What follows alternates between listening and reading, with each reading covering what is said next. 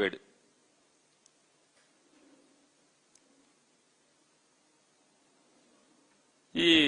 ఈ దుర్మార్గాన్ని అయ్యా మేము చంద్రబాబుతో పడలేకపోతున్నాం, వేగలేకపోతున్నాం, మమ్మల్ని మోసం చేశాడని చెప్పని రైతులు జగన్మోహన్ రెడ్డి గారి దగ్గరకు వచ్చి వైఎస్ఆర్ కాంగ్రెస్ పార్టీ వాళ్ళని మా కష్టాలు చూడండి ఒకసారి, ప్రభుత్వం ఎంత దౌర్జన్యంగా ఉందో రైతుల పట్ల, ఎంత దుర్మార్గంగా ఉందో, ఎంత దాష్టికాలు మా మీద ప్రదర్శిస్తుందో అని చెప్పని అధికారాన్ని అడ్డం పెట్టుకుని ఎన్ని బాధలు మమ్మల్ని గురి చేస్తుందో చూడమని చెప్తే మేము అవి చూడటాకని చెప్పని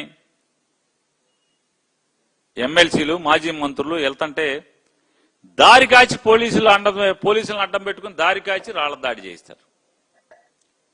ఏమనంటే రైతులు అంటారు, వాళ్ళ రైతులు ఎవడు, ఒక్కడంటే ఒకడు రైతు ఎవడున్నాడు చెప్పండి? రైతు లేరు, దళితులు కాపులు తప్పితే ఇంకోళ్ళు లేడు. టిట్కో ఇళ్ల నుంచి మనుషులను తోలుకొచ్చాక మాత్రం ఎవరో ఒక ఆయన చౌదరి గారు వచ్చాడు, ఆయన తప్పితే పెనుమాక అతను తప్పితే మళ్ళీ ఇంకొకటి అసలు కనపడలేవడు. అంటే ప్రతి చోట నీచమైన రాజకీయాలు. ఒకవేళ మేము సంయమనం పాటించకుండా మేము కూడా ఏమన్నా దూకుడుగా వెళ్తే అమ్మో కాపులను కొట్టారు, దళితులను కొట్టారని చెప్పని ఎంత తప్పుడు కేసు పెట్టారంటే మేము కార్లు వేసుకునంట సెంటర్కి వచ్చి వాళ్ళందరినీ రెచ్చగొట్టి వాళ్ళని రాళ్లతో కొట్టామంట, కర్రలతో కొట్టామంట, రాడ్లతో కొట్టామంట. కొడతమే కాకుండా అక్కడ ఉన్నటువంటి ఒక ఇద్దరిని దళితుల్ని కులం పేరుతో దూషించామంట. అందులో కేసు ఎట్టేప్పుడు కూడా కనీసం అంటే ఎంత వీళ్ళకి అహంకారం బలిసిపోయిందంటే పెనుమాక అమ్మాయిని గొడవ తీసుకొస్తారు, ఆ అమ్మాయితో మేము కులం పేరు పెట్టాం. పెనుమాక ఊరే మొదటిసారి వెళ్తున్నాం మేము.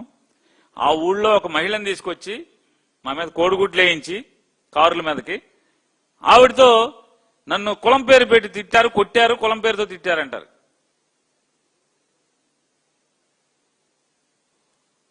ఎంత పచ్చి దాకా చూడండి.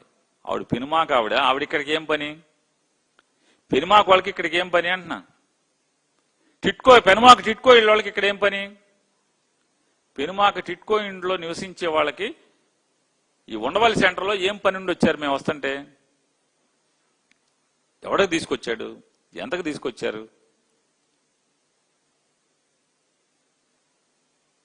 సత్యం ఎవడు? పాలకొల్లు సత్యం అనేవాడు ఎవడు ఉన్నాడు? ఆడెవడు? ఎందుకున్నాడు అక్కడ? ఆ హోటల్లో ఏం పని? తర్వాత వాళ్ళందరినీ పోగేసి రోడ్డు మీద ఎందుకు కూర్చున్నారు? ఇవాళ కాకపోతే నిజం రేపుడికి అయినా ఖచ్చితంగా వస్తుందండి. మీరే సమాధానం చెప్పుకోవాలి వీటన్నిటికీ. ఎవడు భయపడతాడు?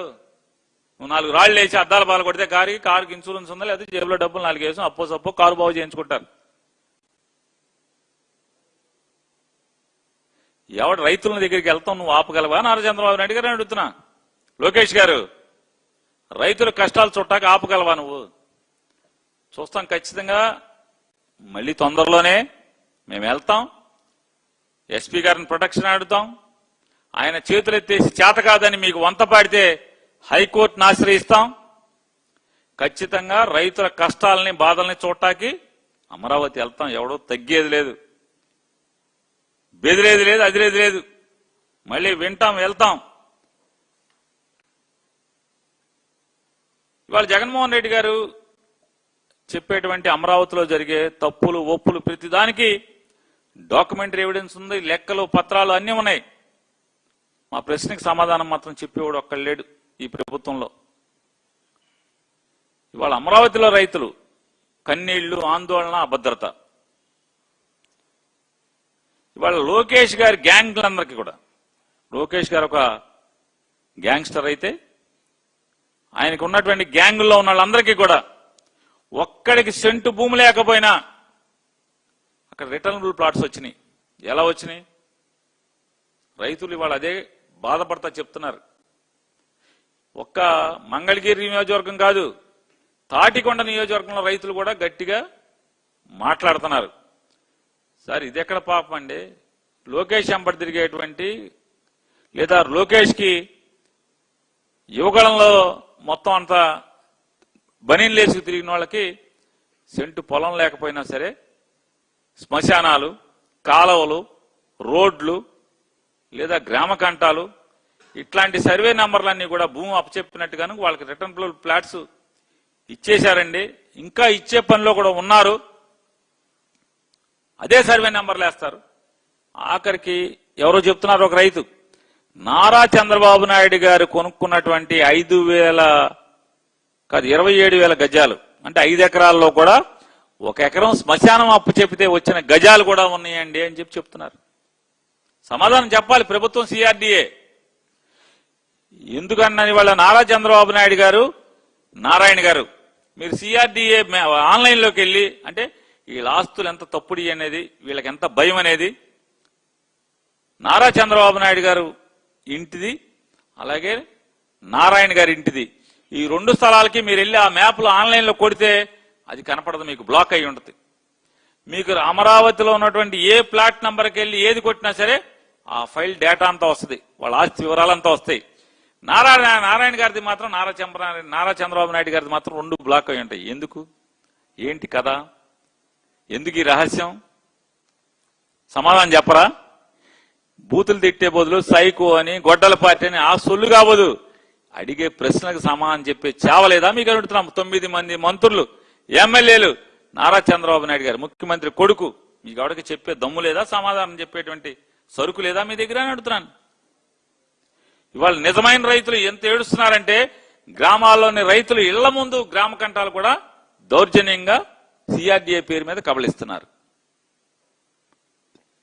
ఎందుకు అని అడుగుతున్నాను.